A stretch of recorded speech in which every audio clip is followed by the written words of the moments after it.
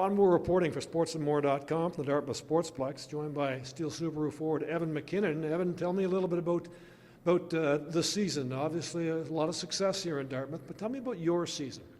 Oh yeah, well, boys have been playing really well. Our line's really clicking, and we're having a really good playoff run right now. We're hoping to keep that up going to the next round. What were your expectations coming into the league? You're a rookie here, and what were your expectations at the major midget level?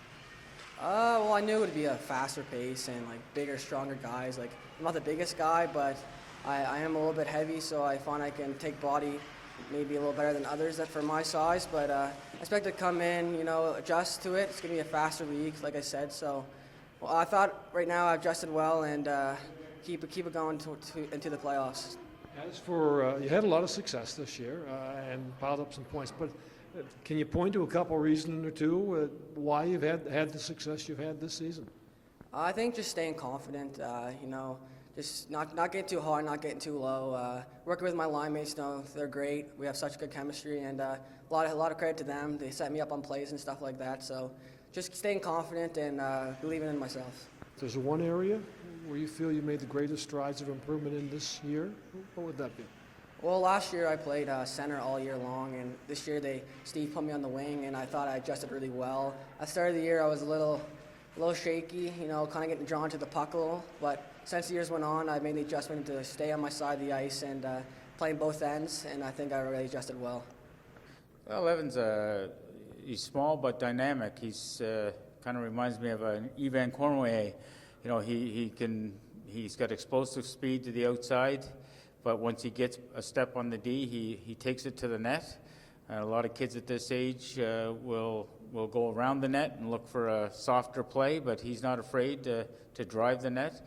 And again, if he attracts attention, he'll distribute the puck to his line mates. What's his top quality? Again, I've seen him from a distance a couple of times. I was certainly impressed with his speed, but what do you think his top quality is? Well, I know that this summer he worked tremendously hard off the ice. I know he worked with a couple of Mooseheads, and they told me they couldn't believe how hard he worked. And I'm a firm believer that you work that hard off the ice, it's going to transcend on the ice, and that's his calling card. He comes to play every night. He competes. He's not 6'5", but he plays like he's 6 foot, and he competes. He wants the puck. He wants the game on his stick.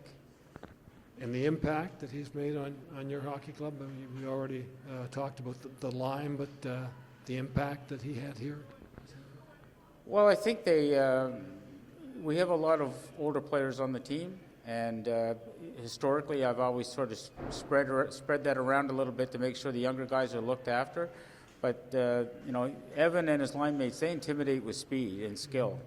And they're not afraid, so they take care of business, and they're a line that the other team has to say, we just can't cover the Brock McLeods or the Dylan Burtons of the world. We've got to address those guys first, and it's just made for a real diverse offense from our team. What's beyond this year for you? Have you thought about, I'm sure you've given it some thought, but where do you see yourself going? What are your options? Well, right now I'm keeping my options open. Obviously, if I'm fortunate enough to get drafted to the Q, that's one way, but I'm also looking into schools and going NCAA. Just keep my options open, and right now I'm just focusing on playoffs, and I want to go as far as we can as a team. And when the time comes to think about that, then I guess it'll happen for itself.